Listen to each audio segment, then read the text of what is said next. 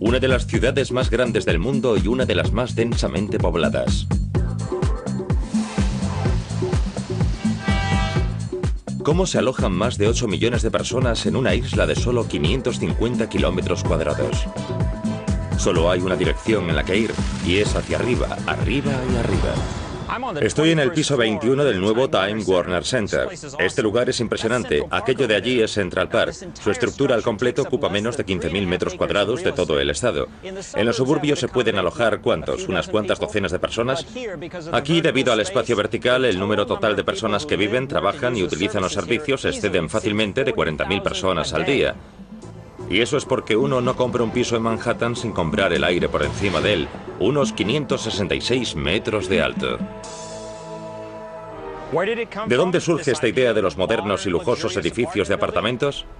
La respuesta de la antigua Roma. Hola, soy Michael Gillen, y durante la próxima hora voy a llevarles al mundo de los modernos rascacielos, donde hace 2000 años los antiguos romanos vivían en el aire y alejados de la tierra.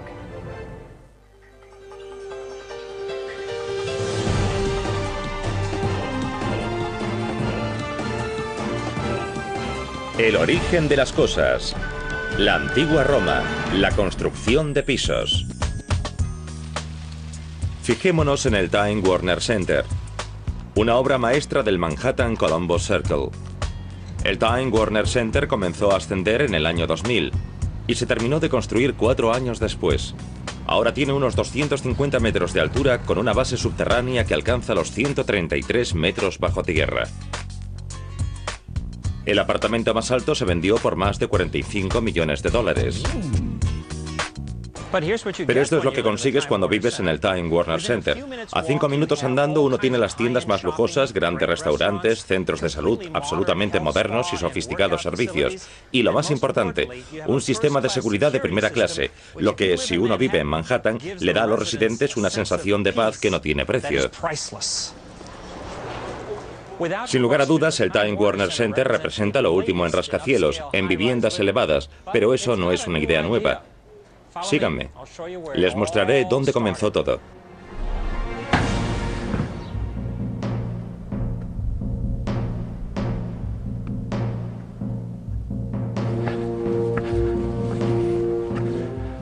Bienvenidos a la antigua Roma.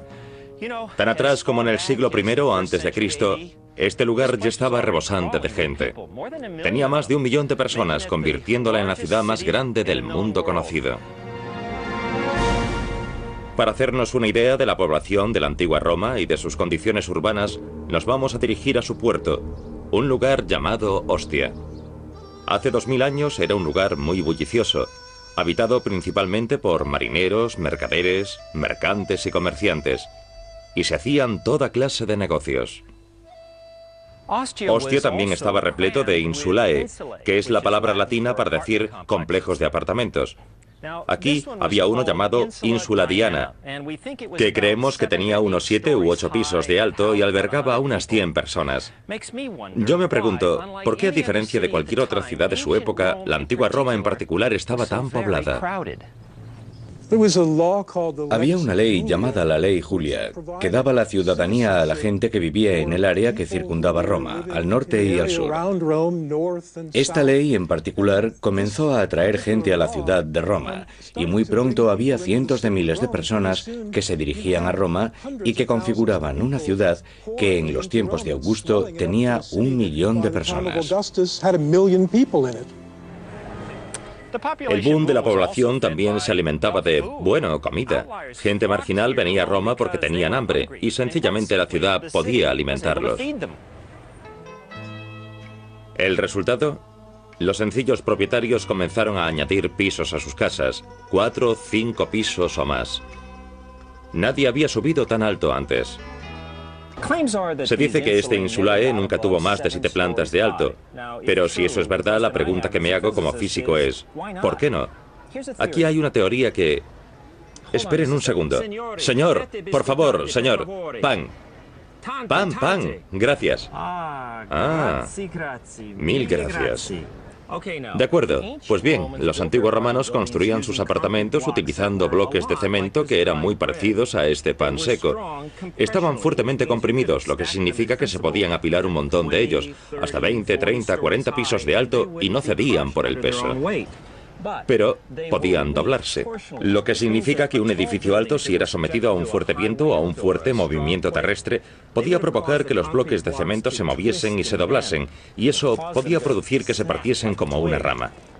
Y es por eso por lo que yo creo que los antiguos edificios que eran más altos de una cierta altura crítica inevitablemente se caían. Si los romanos hubiesen reforzado su cemento simplemente con varillas de acero como se hace hoy en día, sus estructuras hubiesen soportado el balanceo y las diferentes fuerzas. Y los romanos podían haber construido edificios más altos de los que construyeron. Si un edificio tenía 4 o 5 plantas y no estaba bien asegurado o no estaba bien construido, había un gran riesgo de que el edificio se cayese.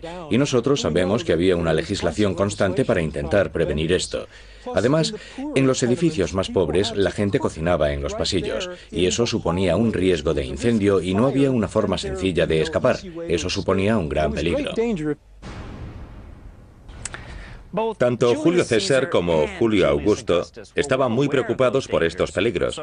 Por eso intentaban arduamente evitar los edificios que excedieran de 24 metros de alto. Pero lo que yo me pregunto es cómo estuvieron de cerca de conseguir el objetivo. ¿Qué peligro suponían los apartamentos de la altura de los de Ínsula Diana realmente? Para contestar a estas preguntas, el canal de Historia le ha encargado un estudio a Arup, una empresa de asesoría internacional que tiene una oficina en Los Ángeles. Les pedimos que utilizasen sus plantillas de ordenador para descubrir de una vez por todas cuántos pisos de alto tenía una ínsula en la antigua Roma, sin utilizar cemento reforzado y teniendo en cuenta todas las fuerzas y presiones reales a los que un edificio de entonces estaba sometido. Basándonos en amplios datos históricos, sabemos que las paredes de una ínsula solían tener anchuras y alturas bien determinadas, al igual que los códigos estándar de los edificios de hoy. Introduciendo esas dimensiones en la plantilla del ordenador, los ingenieros de Arup podrán recrearnos un apartamento típico romano con un grado de fiabilidad muy alto. Con el movimiento, cuanto más alto era, más carga atravesaba la base. Así funcionan las fuerzas de presión. Para ilustrar este punto, Uihlein diseñó un edificio de 5 plantas, similar al de Ínsula Diana en Ostia. Describe cómo se comportaría al ser golpeado por un terremoto moderado con una fuerza 4 o 5 en la escala Richter. La zona azul significa que está por debajo de la capacidad de los materiales. La roja muestra las zonas más afectadas y las zonas rojo fuerte muestran las áreas que excedían la capacidad de resistencia durante el terremoto. Estas zonas se agrietarían, igual que sucedería hoy si no estuviesen reforzadas. Así que 5 plantas parecen bastante seguras para una ínsula romana hecha de cemento no reforzado. ¿Qué pasa si lo elevas más?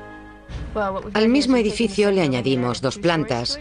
La mancha amarilla está sometida a 3 veces la capacidad del cemento, y en estas ventanas tenemos que esperar roturas y caídas. Y cuando los ingenieros de estructuras dicen roturas y caídas, suele significar un derrumbe total o parcial. Según el estudio, más de 24 metros no era recomendable. El cemento estaba sometido claramente a un exceso de fuerza. Así pues, después de 2000 años, los emperadores tenían su justificación. Tenían razón en prohibir edificios que tuviesen más de 24 metros, con unas paredes de unos 50 centímetros de grosor. Pero tan interesantes como los pisos son estas paredes que nos dicen cómo era realmente vivir en estos antiguos rascacielos. Una modernidad que los apartamentos romanos disfrutarían muy pronto fue un material de construcción revolucionario que daba luminosidad a las vidas de los antiguos inquilinos romanos.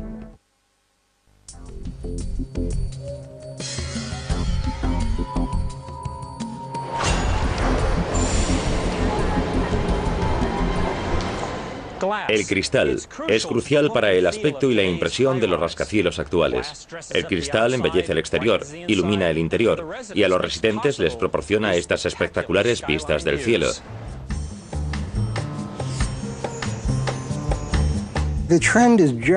La tendencia en general es a poner tanto cristal como se puede en estos edificios, porque la gente compra las vistas.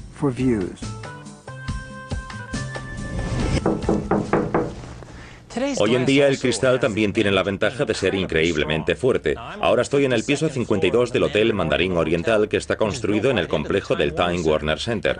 Y puedo decirles que estas valiosas ventanas tienen unos átomos que están tan firmemente ensamblados que pueden resistir la fuerza de un viento de 250 kilómetros por hora. Y bien, ¿de dónde proviene la idea de instalar cristal en los edificios altos? Una vez más, de la antigua Roma. Los romanos ricos cubrían los huecos de las ventanas con cristal de la mejor calidad. Difícil de creer para los estándares de hoy, pero una prioridad para los apartamentos de lujo. Los romanos parecen haber sido los primeros en utilizar el cristal en los edificios. Siempre lo utilizaban en pequeños tamaños y normalmente para algo más que el aislamiento de una zona o para dejar que penetrase la luz. La química básica del cristal es muy simple. Es principalmente sílice o arena. El reto para los antiguos era fundirlo. Se necesita un horno que alcance los 1370 grados centígrados. Después venía la tarea de adaptar el cristal a los marcos de las ventanas. Los romanos tenían que moldear el cristal en planchas planas, un gran esfuerzo que requería habilidad, paciencia y resistencia para someterse al calor infernal de los hornos.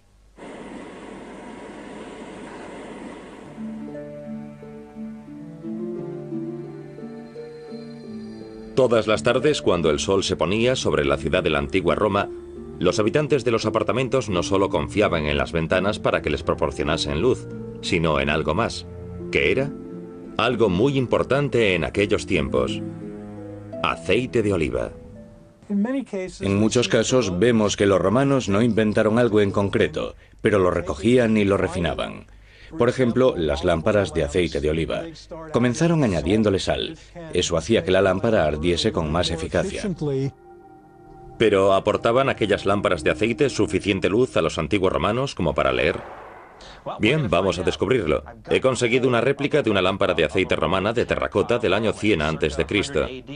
Y quiero que sepan que es auténtica hasta la mecha, que está hecha de lino. Tengo aquí un poco de aceite de oliva y voy a llenarla.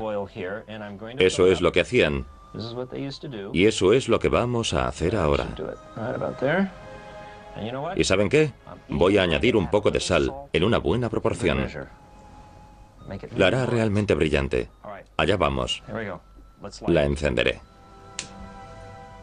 Voy a hacerlo lo mejor que pueda. Seamos científicos. Utilizaré mi viejo medidor de luz. Bien, luces, por favor. Veamos cuánta luz nos da este artilugio.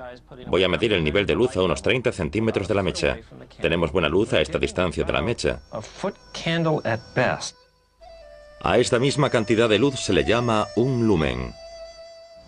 Y ahora voy a probar esta bombilla de 25 vatios que me da un nivel de luz de unos 2 o 3 metros. De acuerdo. Ahora probemos una bombilla de 60 vatios para comparar. Oh, sí.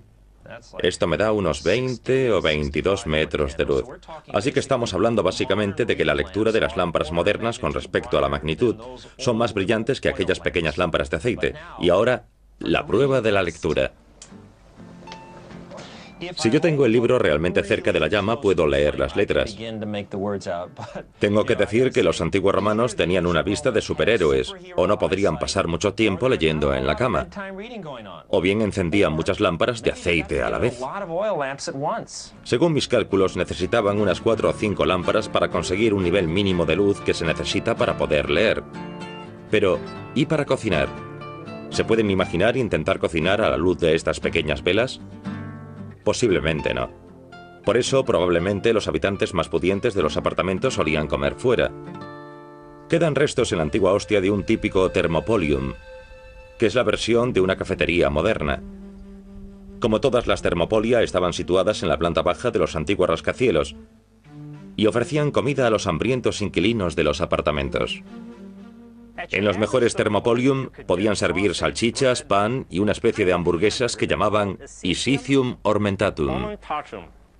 Un buen bocado, ¿eh? En lugar de los envases de plástico, ellos utilizaban envases de barro para mantener la comida caliente. Y para regarlo todo, ¿qué mejor que un buen vino tinto? Salud. Odio que me pase esto. Tengamos en cuenta que hace 2000 años los habitantes de los apartamentos no tenían agua corriente. Así que, ¿cómo hacían para limpiar las manchas? Seguramente no las llevaban al río Tíber. El río Tíber estaba más sucio de lo que pudieran estarlo las ropas. Después de todo, desde las aguas residuales a cualquier tipo de aguas sucias, fluían hacia el río sin control. Así que había que hacer lo que cualquier romano respetable hacía, coger la toga sucia o el jersey sucio y llevarlo a la tintorería, por supuesto. Entonces, igual que hoy, casi todo el equivalente del peso de un rascacielos en ropa sucia estaba en las tintorerías. Recordemos que la palabra seco en limpieza en seco significa que no hay agua en el proceso, pero no significa que no haya ningún líquido. Hoy en la limpieza en seco se utilizan todo tipo de disolventes sofisticados. Son líquidos especiales que disuelven las manchas y luego se evaporan rápidamente a la temperatura ambiente. ¿Tengo razón, Victoria? Sí, Michael. Estoy aquí con Victoria Avilés, que dirige esta tintorería en Nueva York. Tengo curiosidad por saber qué tipo de disolventes utilizáis hoy en día. Nuestro elemento químico principal se llama percloetileno. Deja la ropa bonita, tiene un maravilloso tacto y se puede limpiar una pieza en seco 1000 veces. Pero si la lavas una sola vez, notarás la diferencia. Es un disolvente realmente maravilloso. ¿Sabían ustedes que, por el contrario, los antiguos tintoreros romanos, también llamados coloreros, confiaban enteramente en el ya anticuado amoníaco? Así es, amoníaco. Era estupendo para eliminar las manchas, y lo mejor es que había grandes cantidades de él y se producía constantemente. Orina, así es. Cubos, cubos y cubos de orina. En la antigua Roma, recoger la orina se convirtió en un gran negocio, porque los tintoreros utilizaban el amoníaco destilado de toda la orina para limpiar las togas de lana. El emperador Vespasiano se hizo famoso al crear un sistema de recogida. La orina era valiosa y él ayudó a esa industria colocando varios puntos de recogida a lo largo de toda la ciudad. Los antiguos romanos llevaban los orinales de sus apartamentos y los vaciaban en los puntos de recogida. Una vez recogida la orina, se destilaba o dejaban que se evaporase sola. Después, bueno, se lo mostraré. Aquí tengo mi jersey con su bonita mancha de vino, que intentaré limpiar a la vieja usanza. Lo que significa que tengo a mano un poco de... sí, orina. Pero más importante es que tengo a mano a mi amiga Jean Gaib. Hola Jean, me alegro de verte. Jean es la directora del Centro Apparel de Tecnología e Investigación de Cal Poly Pomona. Y, ¿qué puedo decir? Es un trabajo oloroso, pero alguien tiene que hacerlo y ¿sabes qué? Seremos tú y yo. ¿Preparada? Parece que sí. Ahora, obviamente, el primer paso era transformar la orina en amoníaco. ¿Cómo lo hacían? Bueno, era un proceso de destilación combinado con las bacterias que descomponían la orina para crear el amoníaco. En otras palabras, querían destilar la orina para hacerla realmente concentrada. Y ahora vamos a verter un poco de esta orina en este cubo, que por cierto, ya ha convertido la orina en amoníaco, ¿de acuerdo? Entonces lo que ocurría es que ya teníamos un cubo lleno de amoníaco, listo para hacer su trabajo. Metamos el suéter. Metamos el suéter. Y... momento de agitarlo. Así es, el momento de agitarlo. Yo creo que ya está lo bastante agitado. Yo supongo que esto lo hacían los esclavos, aunque Jean, ¿por qué no trajiste a algunos estudiantes contigo? Bueno, supongo que no pude encontrar a ninguno dispuesto para esta labor en particular. Lo entiendo. Esta es mi pregunta. Supongo que alguien tuvo que ser el primero en pensar que la orina podía ser usada para limpiar la ropa. ¿Tenemos alguna idea de cómo sucedió históricamente? Muy a menudo, cosas como estas eran el resultado de un accidente o de un descubrimiento por observación. A veces uno pasaba demasiado cerca de un caballo y este le salpicaba. ¿El caballo manchaba accidentalmente tus piernas o algo así? Sí, después observabas, vaya, está más limpio que ayer. Mientras remuevo mi jersey, estoy pensando que esto le da un nuevo significado a lo de cocerte en tu propia salsa. Sí, ciertamente. Bueno, no es perfecto porque todavía puedo ver la sombra de alguna mancha, pero no está mal. Es verdad. Bueno, este era el primer paso del proceso y aún tenemos algo más que hacer. Este podría ser el proceso mecánico que hoy en día haríamos con los suavizantes modernos. ¿Te fijas en lo agradable y esponjoso que está? Déjame tocarlo, sí, muy esponjoso. Estoy sorprendido de que no se haya roto. No, de hecho a este proceso se le llama el proceso que infla las fibras. Que es como le llamaban los primeros tintoreros. Así es. Estupendo. Y este es el tercer paso y final del proceso de la limpieza en seco para mi pobre jersey. Sí, así es. ¿Y ahora qué pasa? Bueno, ahora el humo del sulfuro actuará como blanqueador sobre el material y así eliminará los últimos restos de la mancha. Imagino que también blanqueará mi jersey. ¿Por qué querría hacer yo eso? Bueno, eso era muy importante en los tiempos antiguos, porque una prenda muy blanca era indicativo de una clase social más elevada, y por eso se limpiaba tanto la ropa, para hacer que pareciese nueva otra vez. Como una demostración, mi ropa es bonita y blanca, lo que significa que tengo muchos esclavos y que no ando sucio, no soy de la clase trabajadora. Exactamente. Ya lo veo, entonces mi jersey marrón me pondría inmediatamente por debajo del escalafón. Desafortunadamente, en los tiempos antiguos era así. Así que este proceso está elevando mi clase social. Me encanta. Así es. Gracias, Jean.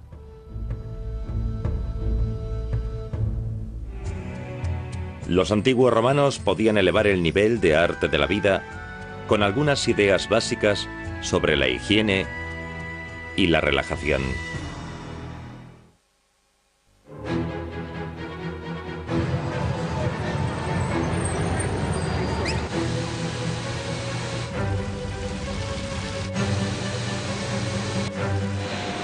El agua es la vida para muchos de los modernos rascacielos. Estoy en la base del Time Warner Center, 4 pisos por debajo del nivel de la calle. Ahora veamos, aquí es por donde entra el suministro de agua de la ciudad. Desde aquí, esta serie de bombas que estamos oyendo trabajar se aseguran de que el agua llegue a todas las tiendas de arriba, a los restaurantes y a los apartamentos que están encima de mi cabeza. Todo junto, todo este complejo, necesita unos 40 millones de litros de agua al mes. ¿Cómo se imaginan que será la factura? Los antiguos romanos también tenían necesidad de agua y recorrían grandes distancias para conseguirla. Roma se servía por 11 acueductos que en total alcanzaban casi los 600 kilómetros de longitud. El agua que llegaba a la ciudad se usaba para nadar, bañarse, beber y para la decoración. El agua fluía por todas partes. Bueno, casi por todas partes. El agua no se suministraba a la mayoría de las viviendas individuales, desde luego no a los pisos superiores, porque no era una de las intenciones de los romanos el llevar el agua a cada una de las viviendas individuales. Lo mismo ocurría con muchos de los otros servicios. La mayoría de la gente para ir al servicio tenía que bajar y salir de los apartamentos hasta el nivel de la calle. Por suerte, cada complejo de apartamento romano tenía una fuente pública o cisterna como esta. Y en fin, cada vecindario tenía una casa de baños, el precursor de los modernos centros de salud. Un centro de salud o spa, un gimnasio, hoy en día es donde los urbanitas cierran negocios o simplemente se relajan un poco después de su trabajo. Aquí es donde el lujo alcanza todo su nivel, con la cercanía de servicios como estos. Es una maravilla como pocas se han visto en la historia. ¿O no? El concepto actual del lujoso club de salud se originó en los antiguos baños romanos. Representaba el impresionante uso del agua por parte del imperio. Los baños romanos estaban por todas partes y eran asequibles casi para todo el mundo a un precio muy razonable. Unos 25 céntimos por visita en dinero actual. En algunos baños estaba estipulado que las mujeres llegasen a las horas más tempranas del día y los hombres más tarde. En algunos baños parece que había zonas reservadas para las mujeres y otras zonas reservadas para los hombres. Aunque en los grandes baños imperiales que permanecen en Roma, no hay signos de que hubiese zonas separadas para los distintos sexos. Para hacernos una idea de cómo eran estos complejos baños, hemos viajado ¿a dónde? A Bath, Inglaterra. Hace 2000 años esta región entera formaba parte del Imperio Romano. Los baños en Inglaterra estaban especialmente bien nutridos de agua. Entre los años 74 y 78 a.C., el mismo hombre que gobernaba Inglaterra, Sextus Julius Frontinus, también se encargaba del suministro de agua del imperio. Lo que me parece realmente interesante es que tenían una elaborada rutina de la experiencia de los baños romanos, y todo comenzaba aquí, en el vestidor o apoditerium. Básicamente uno dejaba aquí su túnica o toga en una estantería junto a sus pertenencias, y si uno era rico no tenía que preocuparse porque varios esclavos se las vigilaban. Su siguiente visita era el tepidarium, una sala con agua ligeramente caliente en la que uno comenzaba a relajarse y podía hacer un ejercicio ligero. Después los bañistas entraban en una piscina de agua más caliente, el caldarium. Ahora vamos a imaginarlo, estoy caminando por lo que era el nivel de la base, por debajo del caldarium. Encima de esta zona había un gran horno, y el calor, el aire caliente que generaba este horno, se conducía a través de estos canales construidos con ladrillos y a lo largo de toda la base, por todo el camino. Fíjense en esto, el calor viajaba hacia arriba, arriba, arriba, hasta el suelo del caldarium. Aquí es donde los bañistas estaban sentados, y así es como se calentaba el caldarium. Fue el precursor del sistema de calefacción central actual.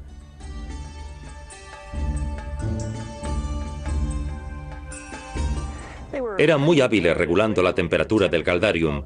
Por eso los bañistas romanos utilizaban normalmente estas sandalias de madera para aislar sus pies del suelo caliente. Aún así, fijándonos en cómo estos baños estaban diseñados y construidos, estoy pensando que los antiguos romanos debían de tener un entendimiento muy básico de la termodinámica, al menos de cómo ascendía el aire caliente. Observen estas paredes, parecen sólidas, ¿verdad? Error, porque fíjense en la sección de la pared, cómo gira sobre sus lados. Los ladrillos están vacíos, por eso el calor del horno podía viajar a través de las paredes haciendo que el caldarium subiese de temperatura. Nadie lo sabe con certeza, pero me han dicho que la temperatura del caldarium podía alcanzar los 100 grados Fahrenheit o más. Básicamente son las raíces históricas de la sauna actual. Después de haber sudado en el caldarium, los bañistas visitaban el frigidarium, donde se sumergían en la también llamada piscina de agua tibia. El gran final de la experiencia de los baños romanos llegaba cuando salían para encontrarse con todo el mundo en el gran baño. Ahora está conmigo Stephen Clues, el encargado de todo esto. Stephen, es un placer, gracias por estar con nosotros. Intento imaginarme cómo hubiese sido que tú y yo estuviésemos sentados en estos baños hace unos 2000 años. Sí, hubiésemos comprado un aperitivo a un vendedor ambulante que andaría por aquí, por los baños. Otra gente estaría haciendo lo mismo.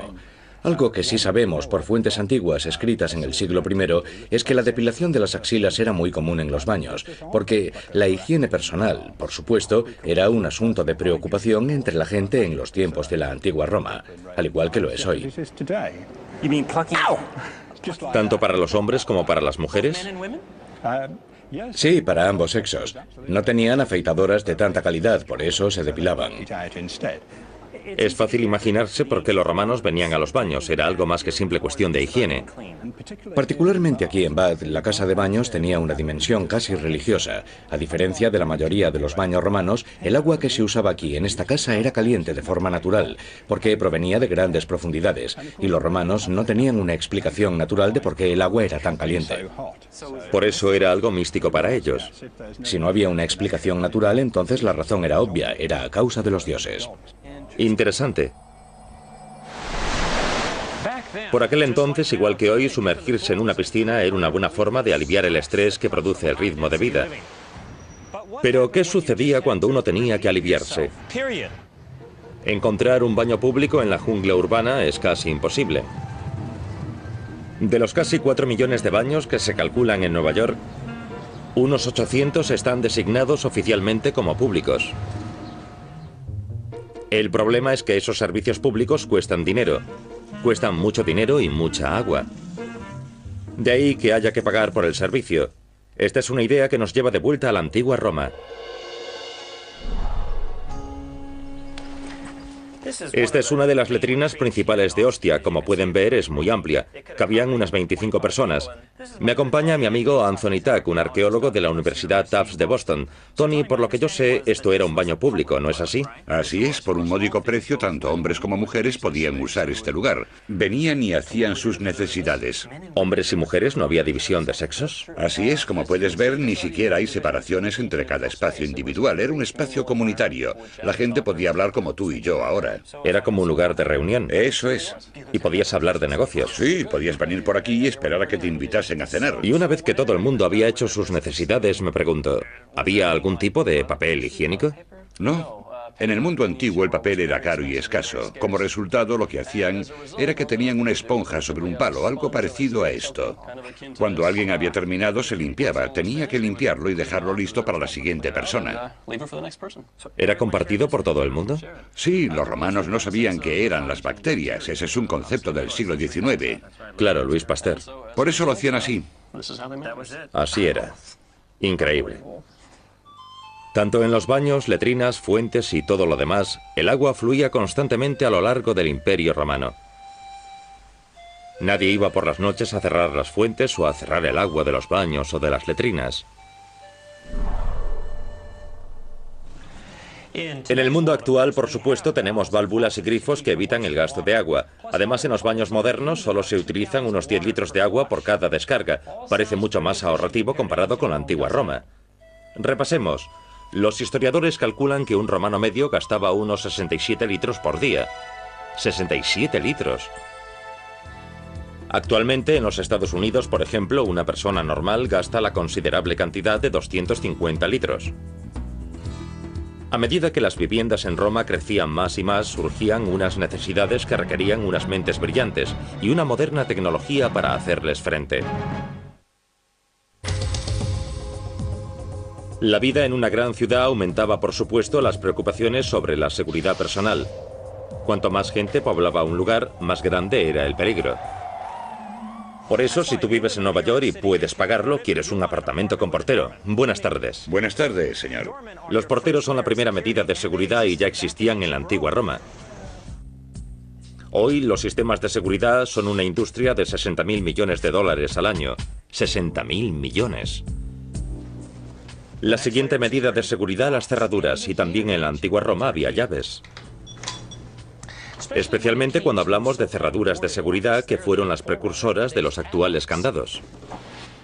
Así es como funciona. Una llave en forma de L se introduce en la cerradura. Los dientes de la llave encajan perfectamente en la cerradura, empujando la barra en su recorrido y permitiendo que se abra el tirador. Otro sistema de seguridad que heredamos de los antiguos romanos son los perros guardianes. Es una amenaza y cada mastín que vive hoy en día es un descendiente directo de los perros que guardaban las casas de la antigua Roma. Cave canem significa cuidado con el perro en latín. Este mosaico se encontraba en la entrada de todas las casas de Roma. Aún se pueden comprar en las tiendas de regalos de Pompeya. Cerraduras y perros eran las grandes protecciones contra los robos. Pero, ¿qué hay de la seguridad contra los grandes incendios? Esta es la estación de bomberos que cuida de la zona interior y alrededores del Time Warner Center. En abril de 2003, mientras aún estaba en construcción, el Time Warner Center sufrió un incendio en la cuarta planta.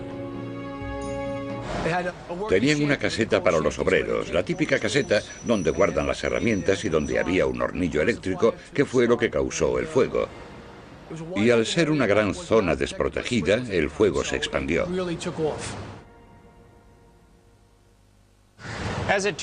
Así eran también como surgían exactamente los fuegos en los insulae o bloques de apartamentos de la antigua Roma.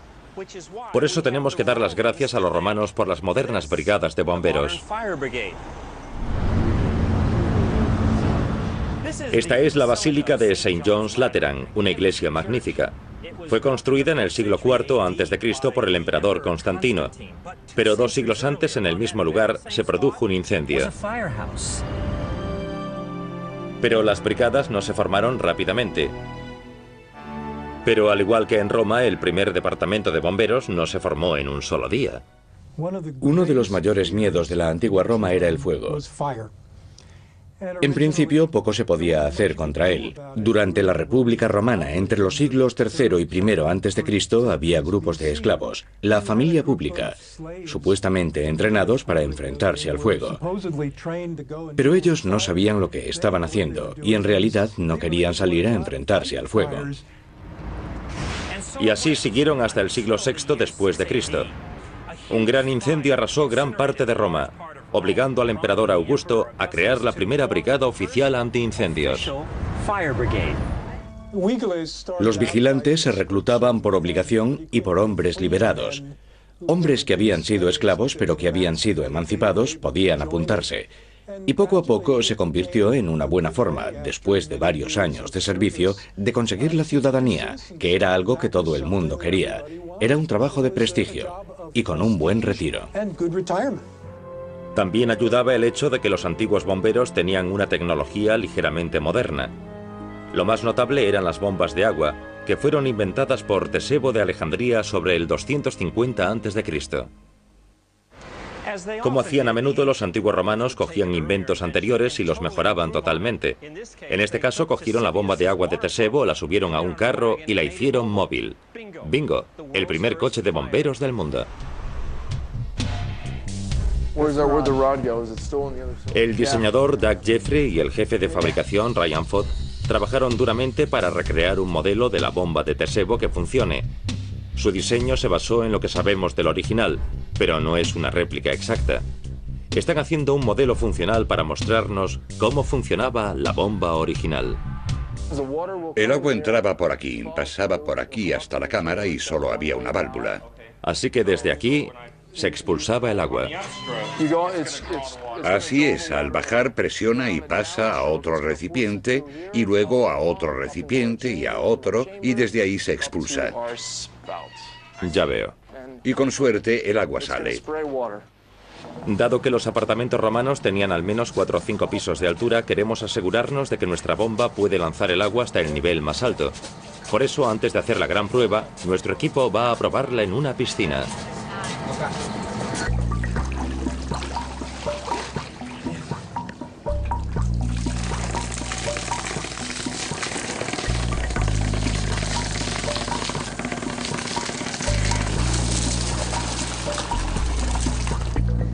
¿Cómo lo hacían? Las buenas noticias son que nuestra bomba ha funcionado. Las malas noticias son que el fuego del 5.º piso podría bajar hasta la primera planta antes de que esta bomba pudiese apagarlo. Por tanto, regresemos de nuevo a nuestro taller.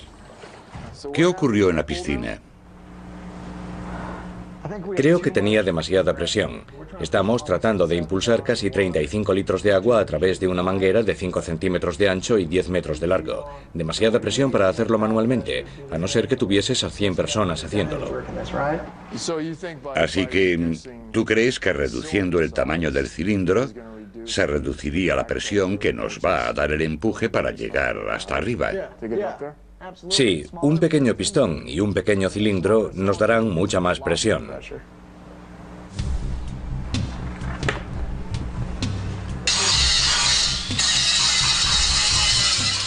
Mira, Doug, un nuevo cilindro. Precioso. Muy bien, pistones dentro. Llamemos a Michael. No quiero poner nervioso a Doug, ni mucho menos. Pero la verdad es que he preparado una prueba para esta antigua bomba romana. No es nada para este equipo. Quiero una visión realista de lo que hacían aquellos bomberos antiguos para apagar los fuegos.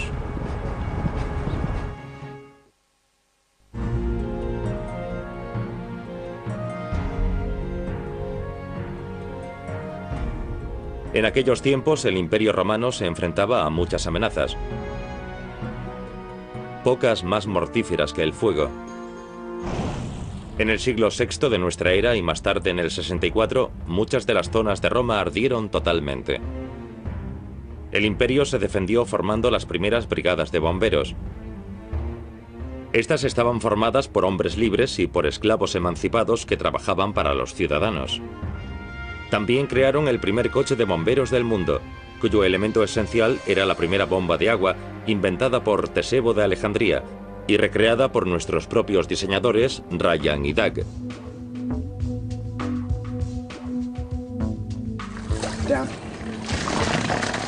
Ryan probó la bomba en una piscina con resultados irregulares.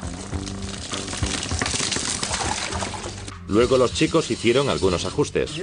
Mira, Doug, un nuevo cilindro. Ahora comprobaré si la bomba está lista para la gran prueba. Hola, Doug. Hola, Michael, ¿cómo estás? Muy bien. Ya veo que a diferencia del original, esta la has hecho de acero galvanizado y plexiglas. Veamos cómo funciona. Esta es la base. ¿La colocamos aquí? Creo que hemos conseguido lo más importante. Va a funcionar. Veámoslo. Será mejor que tenga razón, porque es una prueba que con suerte responderá a algunas de las preguntas sobre las habilidades de las brigadas antiincendios romanas. Lo que quiero saber es cómo eran de eficaces hace 2000 años para apagar un fuego, especialmente en los pisos superiores de una ínsula donde los inquilinos estaban atrapados. Para averiguarlo he encontrado el sitio ideal, un edificio de 6 plantas. Y cuento con el equipo perfecto de bomberos, los miembros del Departamento de Bomberos de Los Ángeles. Bien, para ser realistas, vamos a organizar una brigada al estilo de los romanos. Ahora, Ray y Sam serán nuestros Aquarius 1 y Aquarius 2, lo que significa que van a estar al mando de los pistones y del surtidor del agua. Ahora, capitán, usted será Siphonarius, lo que significa que estará al cargo de la manguera, y como es el capitán, estará al mando de toda la operación una vez que comience. Finalmente, Ross, usted será Uncinarius, que significa que estará al cargo del gancho, que yo entiendo que era lo que se usaba y aún se usa para derribar las paredes durante un incendio. Sí, y de ahí vienen los términos gancho y escalera. Estupendo. Gracias, amigos. ¿Están listos? Vamos allá. Mientras estos hombres se preparan, voy a hacer algunos ajustes rápidamente para mi experimento. Bien, chicos, centremos esto sobre las ventanas. Primero voy a asumir que estos operarios, estos antiguos bomberos romanos, reciben la llamada a tiempo. Segundo, que consiguen llevar con éxito la bomba a través de una Roma atestada por las calles adoquinadas. No es una tarea fácil, considerando que una bomba cargada como esta pesa casi tanto como un coche pequeño. El primer paso de nuestra prueba es apagar un pequeño fuego en una quinta planta y su tejado de un edificio de pruebas de Los Ángeles y conseguir que el agua llegue arriba. Bien, soltemos el agua.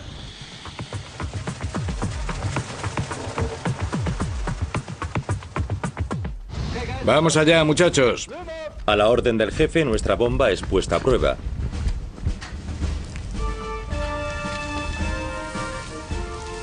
Claramente los pequeños cilindros han mejorado el alcance de la bomba, pero todavía no llega al quinto piso ni al tejado. Para empeorar las cosas, nuestra bomba falla y no resiste la fuerza del trabajo de bombeo. Tenemos que parar y reparar el cilindro.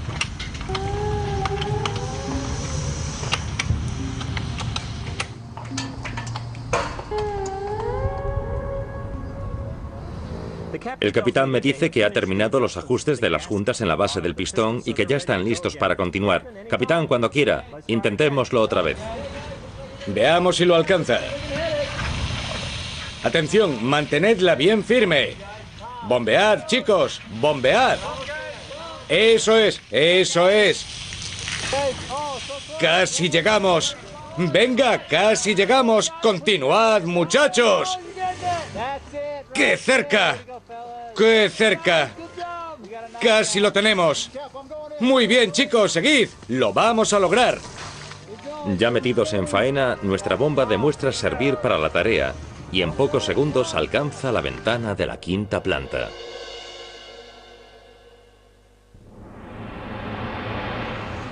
En algún sentido hemos hecho un largo camino desde los días de las insulae romanas. Lo más evidente viendo las alturas de los rascacielos de los edificios modernos que superan con mucho las 7 plantas de los antiguos. Pero mientras estas modernas megaresidencias crecen más y sus servicios se hacen más y más lujosos, los peligros y retos de vivir en un rascacielos se parecen mucho a los de hace 2000 años.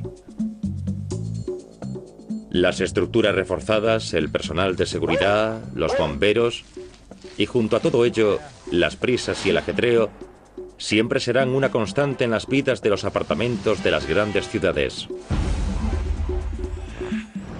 Soy Michael Gillen. Nos veremos en el próximo El origen de las cosas.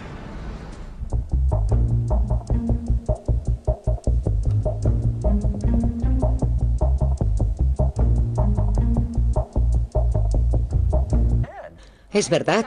Bueno, este era el primer paso del proceso y aún tenemos algo más que hacer. Este podría ser el proceso mecánico que hoy en día haríamos con los suavizantes modernos. ¿Te fijas en lo agradable y esponjoso que está? Déjame tocarlo, sí, muy esponjoso. Estoy sorprendido de que no se haya roto. No, de hecho a este proceso se le llama el proceso que infla las fibras. Que es como le llamaban los primeros tintoreros. Así es. Estupendo. Y este es el tercer paso y final del proceso de la limpieza en seco para mi pobre jersey. Sí, así es. ¿Y ahora qué pasa? Bueno, ahora el humo del sulfuro actuará como blanqueador sobre el material y así eliminará los últimos restos de la mancha.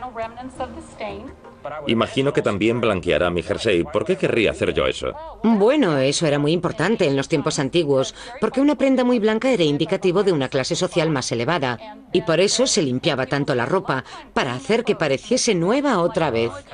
Como una demostración, mi ropa es bonita y blanca, lo que significa que tengo muchos esclavos y que no ando sucio, no soy de la clase trabajadora.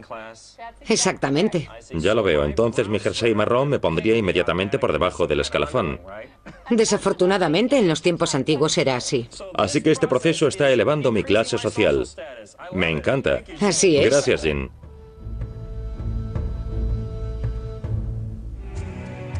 Los antiguos romanos podían elevar el nivel de arte de la vida con algunas ideas básicas sobre la higiene y la relajación.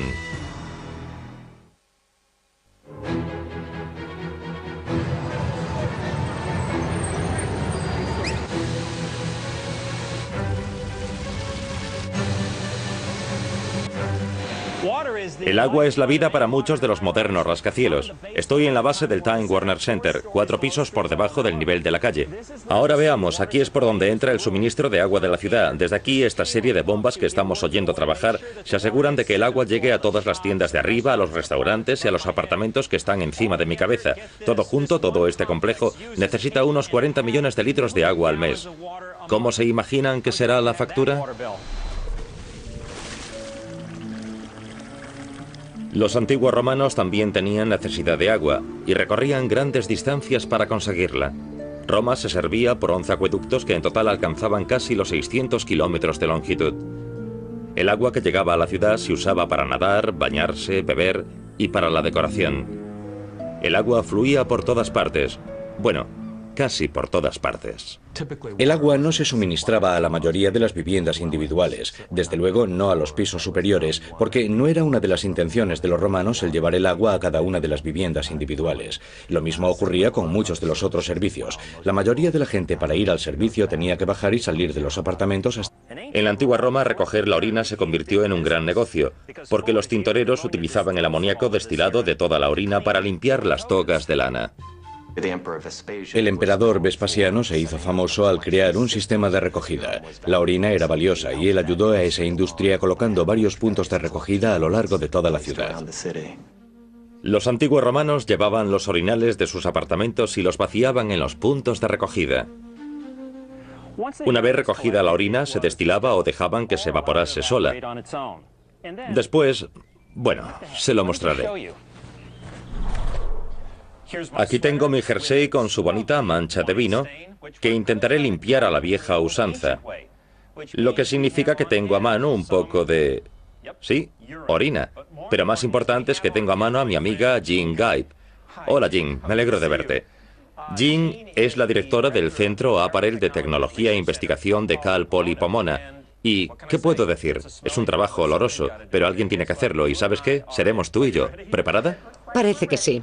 Ahora, obviamente, el primer paso era transformar la orina en amoníaco. ¿Cómo lo hacían?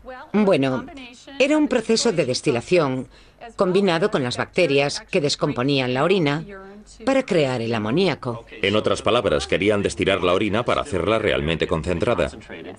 Y ahora vamos a verter un poco de esta orina en este cubo, que por cierto, ya ha convertido la orina en amoníaco, ¿de acuerdo? Entonces lo que ocurría es que ya teníamos un cubo lleno de amoníaco, listo para hacer su trabajo. Metamos el suéter. Metamos el suéter.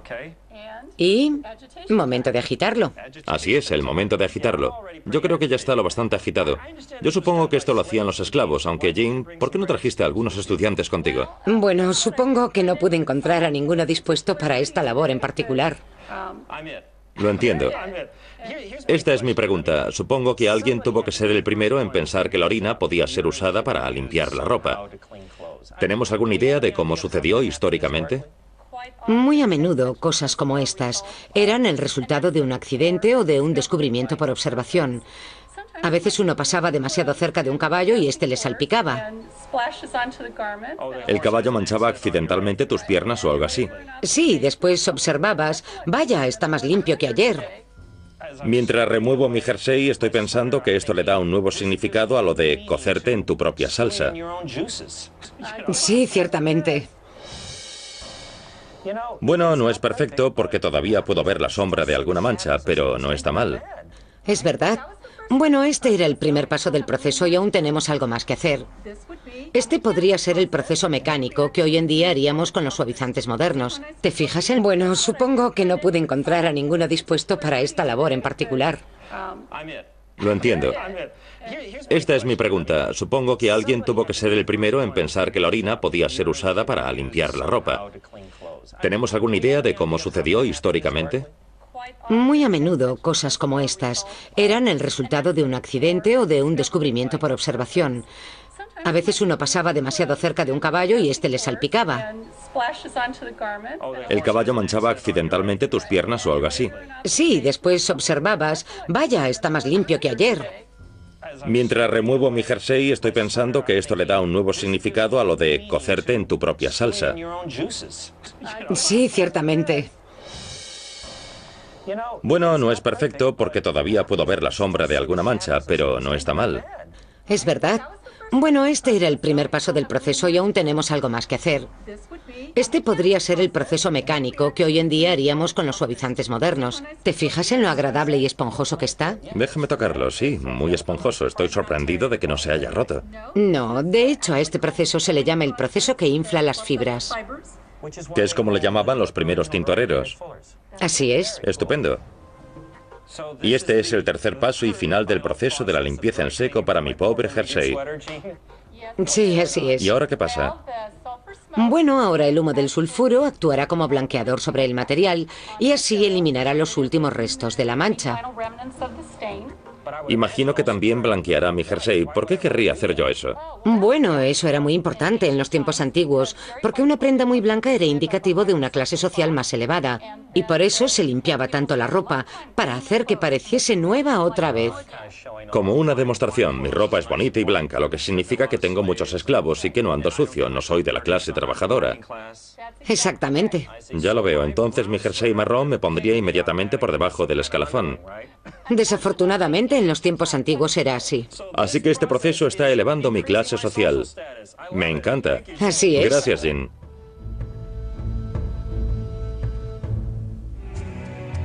Los antiguos romanos podían elevar el nivel de arte de la vida con algunas ideas básicas sobre la higiene y la relajación.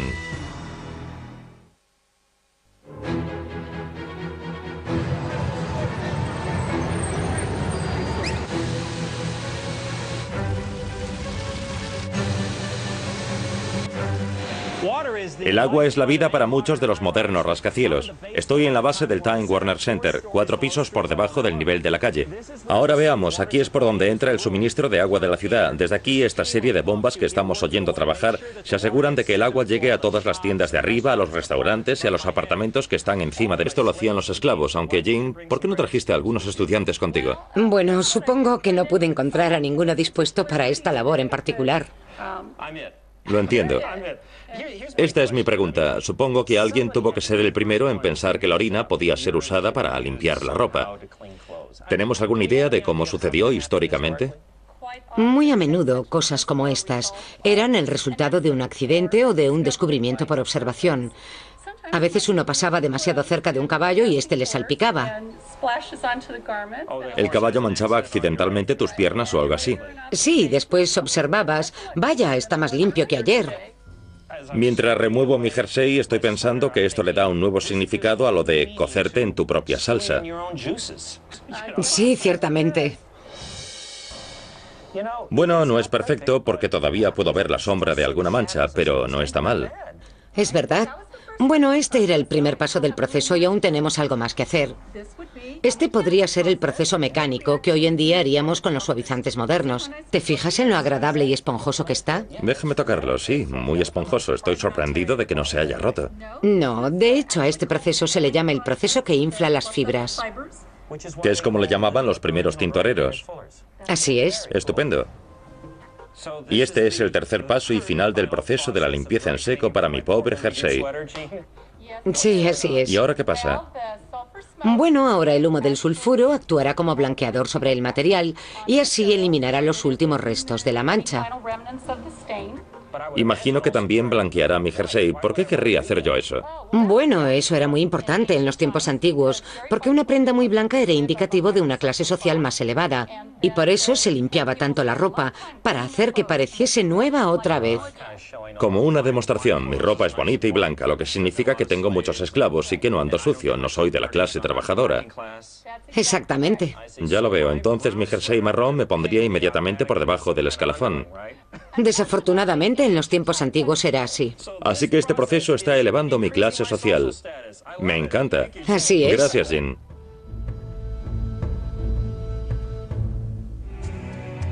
Los antiguos romanos podían elevar el nivel de arte de la vida con algunas ideas básicas sobre la higiene y la relajación.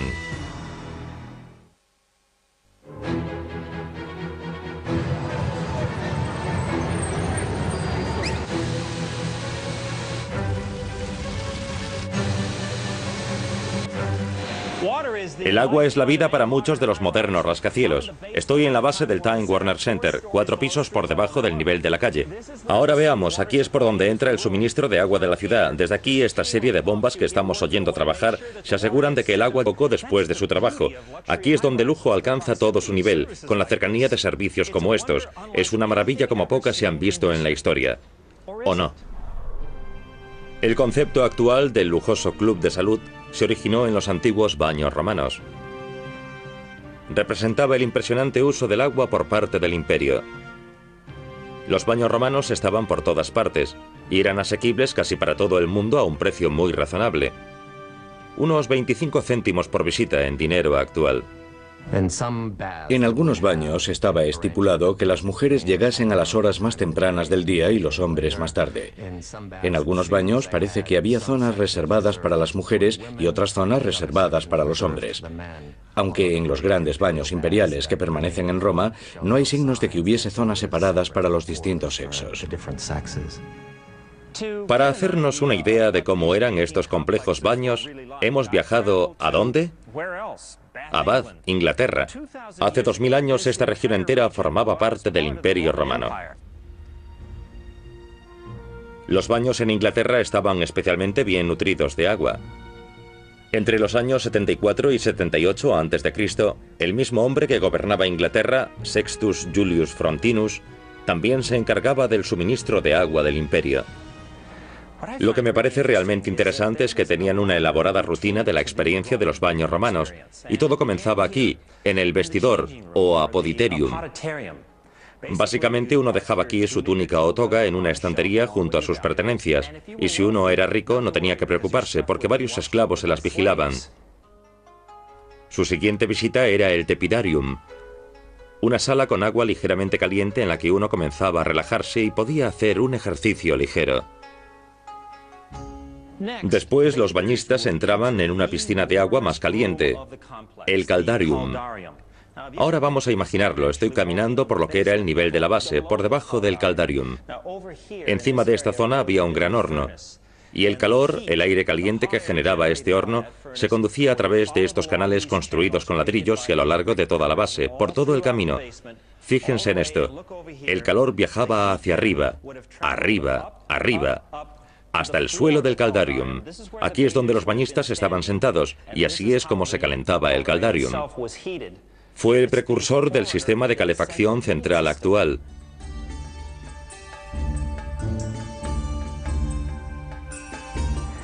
Eran muy hábiles regulando la temperatura del caldarium. Por eso los bañistas romanos utilizaban normalmente estas sandalias de madera para aislar sus pies del suelo caliente.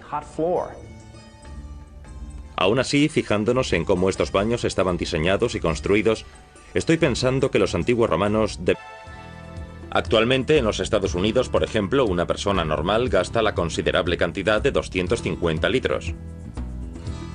A medida que las viviendas en Roma crecían más y más, surgían unas necesidades que requerían unas mentes brillantes y una moderna tecnología para hacerles frente.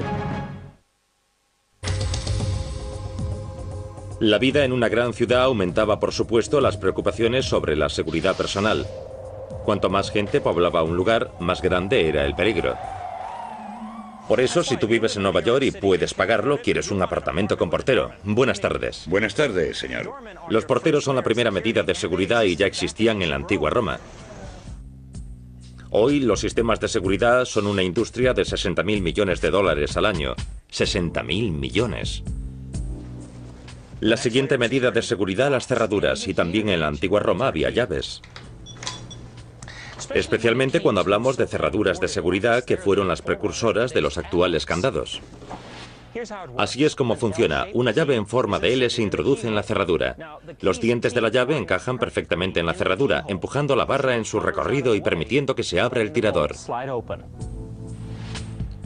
Otro sistema de seguridad que heredamos de los antiguos romanos son los perros guardianes.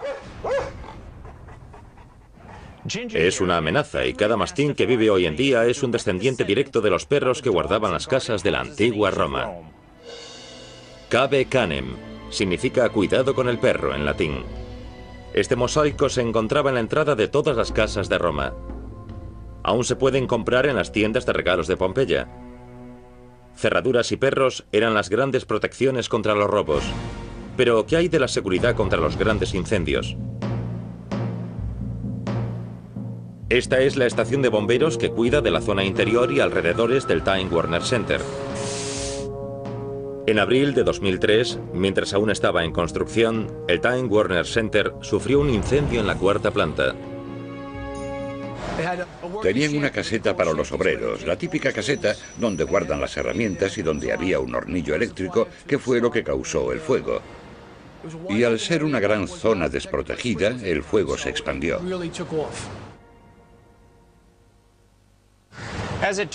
Así eran también como surgían exactamente los fuegos en los insulae o bloques de apartamentos de la antigua Roma. Por eso tenemos que dar las gracias a los romanos por las modernas brigadas de bomberos. Esta es la Basílica de St. John's Lateran, una iglesia magnífica. Fue construida en el siglo IV a.C. por el emperador Constantino, pero 2 siglos antes, en el mismo lugar, se produjo un incendio. Pero las brigadas no se formaron rápidamente. Como en el siglo I a.C., este lugar ya estaba rebosante de gente. Tenía más de 1 millón de personas, convirtiéndola en la ciudad más grande del mundo conocido.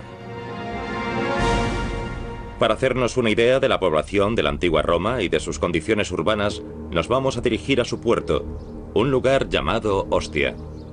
Hace 2000 años era un lugar muy bullicioso, habitado principalmente por marineros, mercaderes, mercantes y comerciantes, y se hacían toda clase de negocios. Ostia también estaba repleto de insulae, que es la palabra latina para decir complejos de apartamentos. Aquí había uno llamado Insula Diana, que creemos que tenía unos 7 u 8 pisos de alto y albergaba a unas 100 personas. Yo me pregunto, ¿por qué a diferencia de cualquier otra ciudad de su época, la antigua Roma en particular estaba tan poblada? Había una ley llamada la Ley Julia, que daba la ciudadanía a la gente que vivía en el área que circundaba Roma, al norte y al sur. Esta ley en particular comenzó a atraer gente a la ciudad de Roma, y muy pronto había cientos de miles de personas que se dirigían a Roma y que configuraban una ciudad que en los tiempos de Augusto tenía 1 millón de personas. El boom de la población también se alimentaba de, bueno, comida. Gente marginal venía a Roma porque tenían hambre y sencillamente la ciudad podía alimentarlos. ¿El resultado? Los sencillos propietarios comenzaron a añadir pisos a sus casas, 4, 5 pisos o más. Nadie había subido tan alto antes. Se dice que este insulae nunca tuvo más de 7 plantas de alto, pero si eso es verdad, la pregunta que me hago como físico es, ¿por qué no? Aquí hay una teoría que... Esperen un segundo. Señor, por favor, señor. Pan. Pan. Gracias.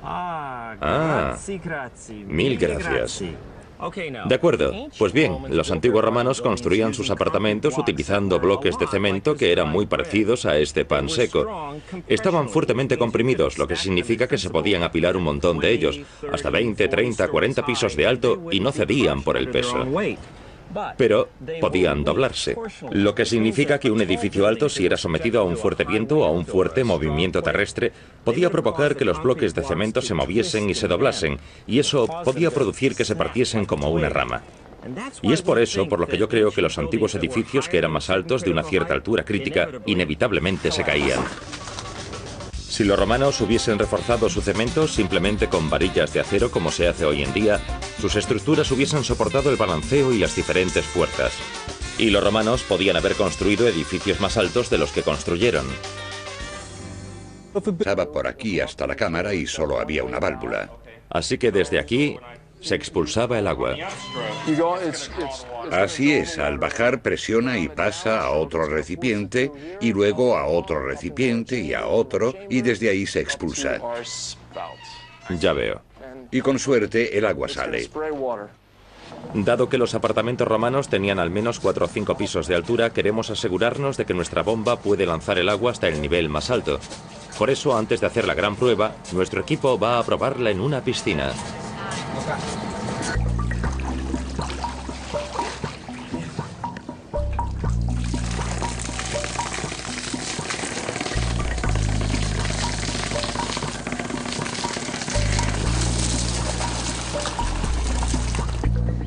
¿Cómo lo hacían? Las buenas noticias son que nuestra bomba ha funcionado. Las malas noticias son que el fuego del 5.º piso podría bajar hasta la primera planta antes de que esta bomba pudiese apagarlo. Por tanto, regresemos de nuevo a nuestro taller. ¿Qué ocurrió en la piscina? Creo que tenía demasiada presión. Estamos tratando de impulsar casi 35 litros de agua a través de una manguera de 5 centímetros de ancho y 10 metros de largo. Demasiada presión para hacerlo manualmente, a no ser que tuvieses a 100 personas haciéndolo. Así que, ¿tú crees que reduciendo el tamaño del cilindro se reduciría la presión que nos va a dar el empuje para llegar hasta arriba? Sí, un pequeño pistón y un pequeño cilindro nos darán mucha más presión.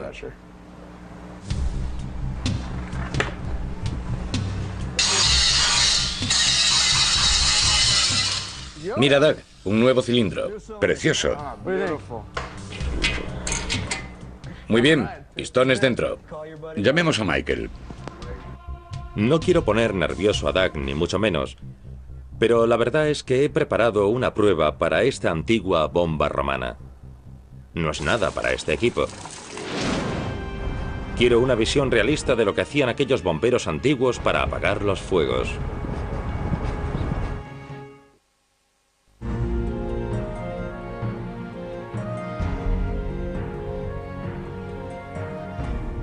En aquellos tiempos, el Imperio Romano se enfrentaba a muchas amenazas. Pocas más mortíferas que el fuego.